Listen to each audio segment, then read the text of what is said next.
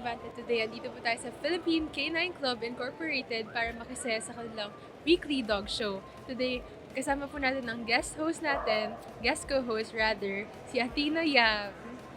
Hi, Athena!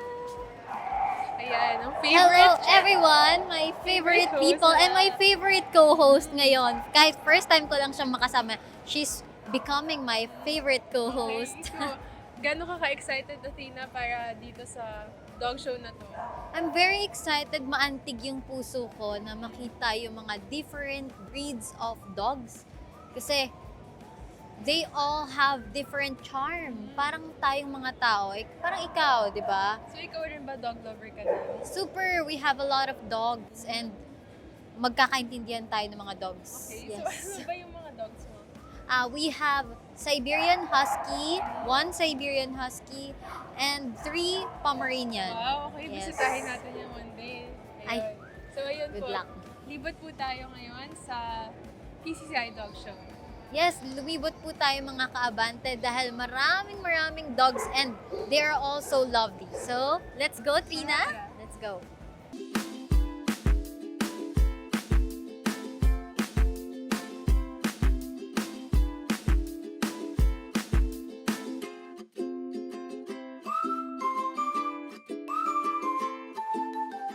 Hi guys, so today kasama po natin si Sir Raimundo Law, isa pong Pekingese breeder for 50 years. So hello po, sir. Hello, how are you? So sir, saan po nanggaling yung passion niyo po for breeding Pekingese dogs? Well, it all started when my best friend in college, first year ko sa college sa UP, brought a Pekingese puppy. So, natuwa ako kasi ang ganda-ganda niya. Hahawakan ko, muntik na akong kinagat. Okay po. So, naintriga ako. Lukot tong asong to pero I like the spirit, And then I found out it was a breed, Chinese breed. Kaya inaral ko siya and from then on, I really was obsessed with Pekingese. Yun.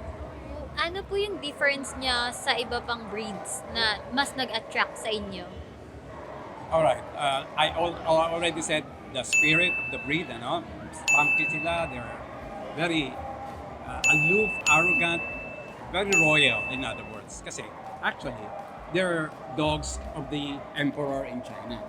So, talagang bred sila to be, not only decorative, but they actually are guardians of the Chinese court.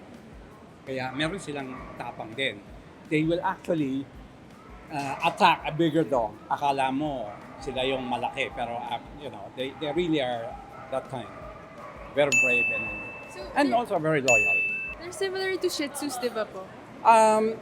Yes, they are related, but Shih Tzus were actually developed in Tibet, and Pekingese were developed in China, in the royal court, in the Peking, which is now Beijing. Okay. Yeah. Other than Pekingese, may iba pa po ba kayong pets? Occasionally, we have other breeds. Right now, we have a Jack Russell Terrier na isa lang siya sa pet. But, she stays in her bed, kasama namin natutulog. Ang Pekingese kasi ayaw nang may kasamang natutulog na tao, nainitan sila kasi ang kapal ng fur nila. So since when po kayo nag-start pumunta sa mga dog competitions? Siguro I started around 45 years ago or so. Yeah. Ever since po, mga ilan dogs na po siguro yung mga na-handle mo po or mga naging alaga mo? Marami na. Must have been over 1,000 dogs. Over the years, I've been breeding, para lang to improve the breed and to contribute to the welfare of the Pekingese. What are the awards po na napanalunan ng mga dogs ninyo, all in all?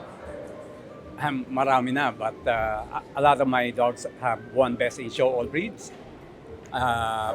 Even our baby puppies regularly get Best Baby Puppy in Show, Best Puppy in Show, Best Junior in Show. So, and Best Philippine Bred in Show, which is, I'm proud of that because there are a lot of imported dogs. And to be able to beat them, to me, is more of an accomplishment than just buying one and then importing one and then showing them.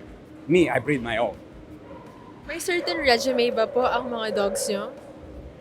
They're actually not hard to maintain because hindi mo kailangan exercise.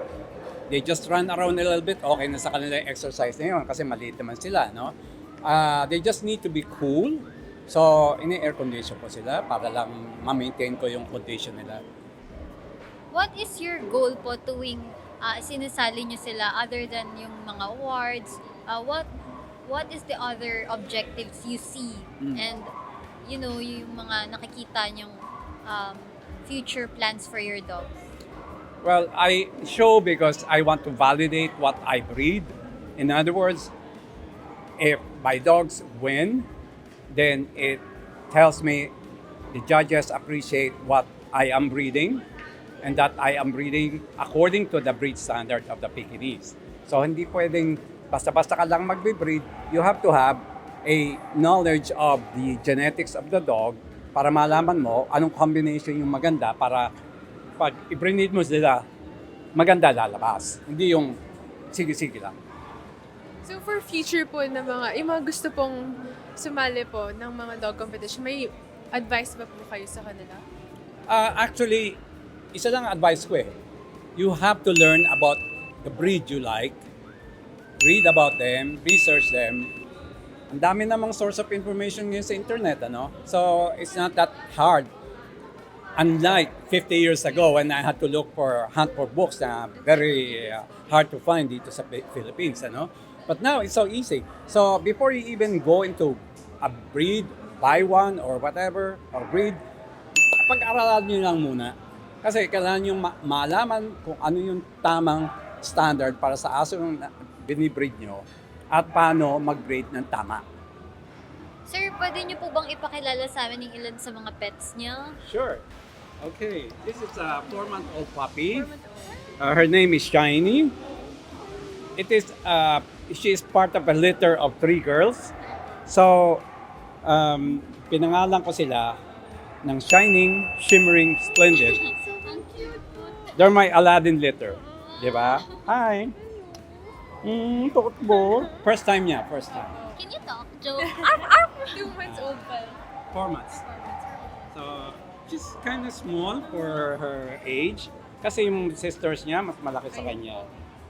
There are what we call sleeves in Pekingese. Ito yung mga maliliit na gaya niya. Paglaki, ganyan na rin ang size or slightly bigger. And the reason why they're called sleeves is when they were in China, nung time ng emperor, nilalagay sila sa loob ng sleeves ng mga court people, yung mga women sa court, ano, magaganda yung mga clothes nila, malalaki yung sleeve, pinapasok nila para dala-dala nila doon. Say hello! They're a little bit scared kasi first time nila eh. Ganun lang naman. But, you know, they get used to it. Pagka several shows, okay na sila. Ang ganda po ng coat nila. Yeah, that's why you have to know how to maintain the coat, feed them properly, bigyan mo sila ng tamang supplements kung kailangan, yun. And make sure they're clean. Okay? Hindi naman po sila sakitin or... No, my Pekingese live to be 15, 16 years old. So, mahaba ang buhay nila. A lot of bigger dogs do not survive that long. Especially yung mga German Shepherds, mga big dogs talaga. Maswerte ka na mabuhay sila ng up to 8, 9. Gano'n. Hi, Shimmering! Kakantahan ka daw ni Ate Trina. Okay? Mas malambot ayun po po. yung hair niya sa buhok natin. Oo, sobra. Dry na. Puppy coat lang yan. Yan ang How puppy. old? 4 din po siya. 4 months din po 4 siya. months. Same litter. Sino po yung parents niya po? Andito ba po? Or wala? Wala. The father is Philippine Hall of Fame American champion Dreamville Remus. Oh my God. Okay, and the mother is also a Philippine Grand Champion, international champion. Honeycomb. Jinbill Honeycomb. Family goals. Kaya nga eh. Thank you so much po, sir. Thank you so much, Thank sir. you. It's very nice to meet you. Bye-bye.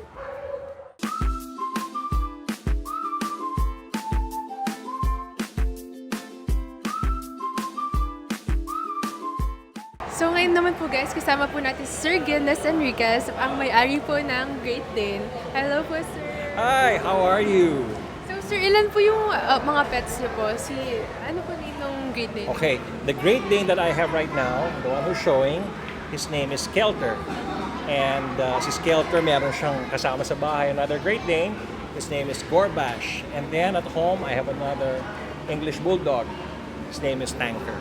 How old is Skelter? Skelter is 9 months today. 9 months. 9 months. It's his birthday today. It's actually his birth month. So 9 months. His birthday niya is December 28. And today is March his 9th month. So how long has Skelter been competing po? Skelter started to compete last July and he's been winning. Skelter won a total of 8 Best in Show titles already and 14 Best in Group titles already and 1 Best in Philippine Show. So I'm so proud. At such a tender age, he has managed to accomplish a lot. Siya lang po ba yung sinasali niyong dogs niyo or other dogs you have are also awarded? Well, right now, nakafocus ako kay Skelter because talagang tuloy-tuloy yung kanyang swerte, tuloy-tuloy ang aming preparations for his show. So, siya lang yung sinashow muna natin. So how exactly do you prepare po for these competitions? Okay, you see, I'm from Binibining Pilipinas Charities, Inc. My job in real life is to prepare beauty queens for their international competitions. I apply the same skill to my dogs. So, preparation, discipline, that's the key. That's why we're winning dahil talagang tuloy-tuloy ang kanilang preparation and discipline. So you also train beauty queens po? Yes. Wow. Yes. Pwede na Ay, siya. grabe. So may mga do's and don'ts ba po for your dogs? Well, yes. Right now, he's on a very strict diet. He cannot eat whatever he wants. He cannot just go out and play whenever he wants. There's a timetable, timeline for everything. So meron tayong susunod na ganun. Especially when he's showing, it's so hard for him to be overworked and to be stressed out every time. So yung kanilang mga playtime, diet, they're all in control. And they're all measured. How hard is it to maintain them for the training? Well, showing dogs is one thing, and showing Great Danes is another thing. You can see when you have Great Danes, malaki sila eh. It's a triple XL kind of dog. So it takes a lot of strength, preparation, and takes a lot of patience when you're showing a Great Dane. What drew you in po in the breed? Kasi po, di po lahat kasi gusto po Great Dane kasi ang laki nga po. Bakit po Great Dane ang nagustuhan niyo? Number one, let's talk about the general appearance of a Dane. Wherever you are and wherever you go, all the attention, all eyes will be on the Great Dane. Head turner, Head just turner like talaga the siya. owner. And then another thing about the Great Dane, sa kabila ng kanilang appearance, Great Danes are very sweet. They're very loyal. In spite of their size, they still think they're a puppy. So they treat you, they feel like puppy sila. They approach you like a puppy. Hindi nila alam na ang laki-laki nila. Nabubunggo ka na pala, tumataob ka na. May Those mga, are things that are really fun about having a Great Dane. are there any challenges po when competing? Yes. Because when you compete, you're competing with other breeds who are just as good. So the challenge there is how to please the judge. How you adhere to the breed standard that will please the judge. Because sometimes, even if you have the best dog, sa tingin ng judge, ay, hindi ko kursunado yan. The judge will pick another. So that's the challenge. If you were to judge, what are your criteria for judging? Okay. Number one, the dog should strictly adhere to the breed standard. Walang deviation. If hinihingi ng breed standard, yung angles niya tama, the way he stand, the way yung coat collars niya should really adhere to the breed standard. May mga dogs na hindi naman talaga, how do we say that? Hindi na angkop sa standard, doon tayo magkakaproblema. So I think they're being judged according to the correctness of posture, the correctness of angulation, color, and temperament. Do you also adopt dogs? Kasi Well- there are so many stray dogs around. Well, about adoption, we were heavily into that when we were kids. Siguro one of the things that really got us interested about dogs is our love for dogs. We used to adopt stray dogs when we were kids. So they came and went. Finally, when all the adoption they've outlived themselves, sabi ko mag-show naman tayo ng dogs. So, lumaki ka talaga po na love mo yung mga aso. Yes, yes. We grew up surrounded by dogs. So, being a trainer, kailangan din po ba, being an owner on the handler, kailangan din po ba dog whisper, mga ganun? Well, you should have that kind of skill for the dog to have a connection with you. You've got to have that skill para maging attached sa yung dog. Otherwise, wala kayong connection. You wouldn't really, the dog won't respond to you if you don't harness that kind of connection with the dog. Paano po maging dog whisper sa mga, kunyari, first-timer pet, gano'n? Well, patience is the key. You can't be a dog whisperer overnight. You cannot just be a perfect handler in a month's time. It takes a lot of practice and patience. It takes collaborative efforts with other breeders and handlers for you to know the best practices behind a very good dog. Do you have tips po for the viewers po na gusto rin mag-handle ng dogs? Well, yes, it's very important for each and every would-be show dog owner to read about the breed standard. If whether they want a Great Dane, a Chow Chow, a Beagle, they should really know kung ano talaga yung pamantayan ng tamang breed ng aso. Hindi po ba siya sakitin or paano pag nagkakasakit po siya? Well, dapat talaga you have constant or consistent yung visits sa vet. Lagi naman check. Chop. Alika siya.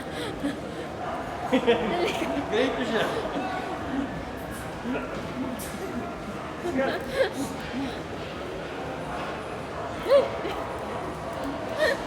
Ano pong height niya kapag nakaupo?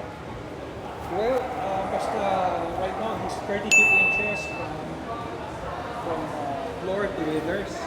So, pag lumaki siya, medyo lalampas pa siya ng 6 feet. Pag tumayo, standing. Ang guwapo mo. Gago ka ba daw? Baka hindi ikaw yun. Well, they're just playful. He just can't wait to be in the ring. And this is his handler. Si kausapin niyo rin yung, interviewin yung handler niya. So, That's, ilang months na po ulit siya? 9 months today. Mga ka-Abante, Mr.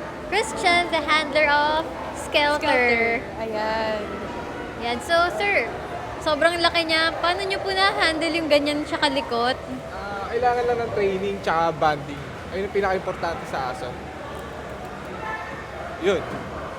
Ayun yung pinaka-importante, bonding tsaka training. How many dogs na po yung na-train nyo na ganito kalaki? Almost 10. Hindi ko na masyado mabilang. Paano niyo po siya napapakalma usually? Yun nga, kailangan lang ng training tsaka bonding. Grabe. Likot mo. Siya lang ba po yung Great Dane ngayon dito? Hindi. Marami pang iba. Si Christian brought Skelter to victory. There's a total of 8 best in shows, 14 best in groups, and 1 best in Philippine-born in show. So si Christian ang nagdala kay Skelter together, nag-ano sila. They were really magnificent in the ring. You will see Skelter doing like this, pero mamaya sa ring, kita mo, ano na siya, nakaporma na siya, nakapose na siya. That's what the handlers do. That's what the handlers, training ni Christian kay Skelter. Ngayon, laro-laro lang yan. But mamaya, later on in the ring, you will see how serious they are, how Christian will make Skelter pose for the judges. Diba, no? Skelter? Diba? Diba? Di ba? Skelter is leaving me so speechless. Ngayon, palaro-laro lang siya, pagulo-gulo. But later, pag dinala na siya ni Christian sa ring, you will see. Yes, oo. Ano na siya yan, oh. Na-miss Ever niya kasi. since kayo po yung trainer ni Skelter, kayo po. Yes. So, ilang months po siya nung hinandle niyo po siya? 5 months. 5 months. So, ngayon 9 months. And he's consistently winning in those 4 months. Yan. Paano niyo po with patience and understanding, paano niyo po hinahandle yung mga, syempre mahirap mag-understand ng body language ng dogs. Oh my gosh, nagulat ako. Paano niyo po siya ina-understand yung iba pang dogs and yung mga katulad niya po? Yun nga, yung katulad na sinabi ko kanina, talagang kailangan ng bonding tsaka training. Yun ang pinaka-importante talaga. Ilang years na po ka nagtatrain ng iba't ibang dogs? 23 years old na kasi ako ngayon. Bali, 16 years old pa lang, nag-training na ako ng aso. Nag-aral ba po kayo for that? Hindi, experience lang. So, how was your first experience handling a dog? Noong una, syempre, kailangan focus ka talaga. Tapos, mahilig ka rin talaga kailangan sa aso. Para magkaroon kayo ng communication ng aso. Ikaw po may sarili ka pong aso? Doberman. Ilan po ang dogs nyo? Ngayon, ang aso ko, 2 lang eh. 2 po. 2 dogs lang. Ang bigat niya, ilang kilos po siya? He's on his way to 100 pounds. Ano na siya ngayon? 75 pounds na siya ngayon. Grabe, mas mabigat siya sa akin. Naglalaro-laro na lang sa Skelter. Gano'n po siya karami kumain sa isang araw? 14 cups a day. So 7 cups per feeding. Thank you Ayan. so much, sir. Salamat po. That's Thank it. you so much po. Nice meeting you, Skelter. Alright, Scout, come on, say hi.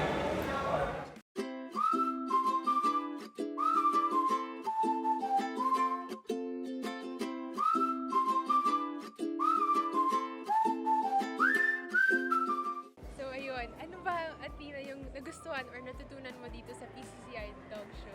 Ayan, so ang natutunan ko dito, Trida, yung kailangan sobrang haba ng patience mo when you're training a dog and kailangan may equal language kayo. Hindi man yung aw-aw din yung salita mo, pero at least nagkakaintindihan kayo ng dog mo para matutunan mo kung paano siya dapat, 'di ba? Talaga biro ang pag-aalaga and pag-train ng mga aso.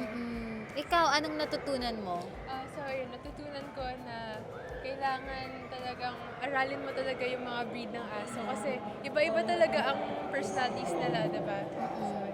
So, at ang nagustuhan ko rin, no, mga kaabante and Trina, is muntik na akong daganan ni Skelter, yes. So, pero sobrang na-entertain ako sa kanya and it's not my first time to see someone like him, pero it's my first time na muntik ng madaganan. Okay, muntikan ka na mahulog kanina. Oo.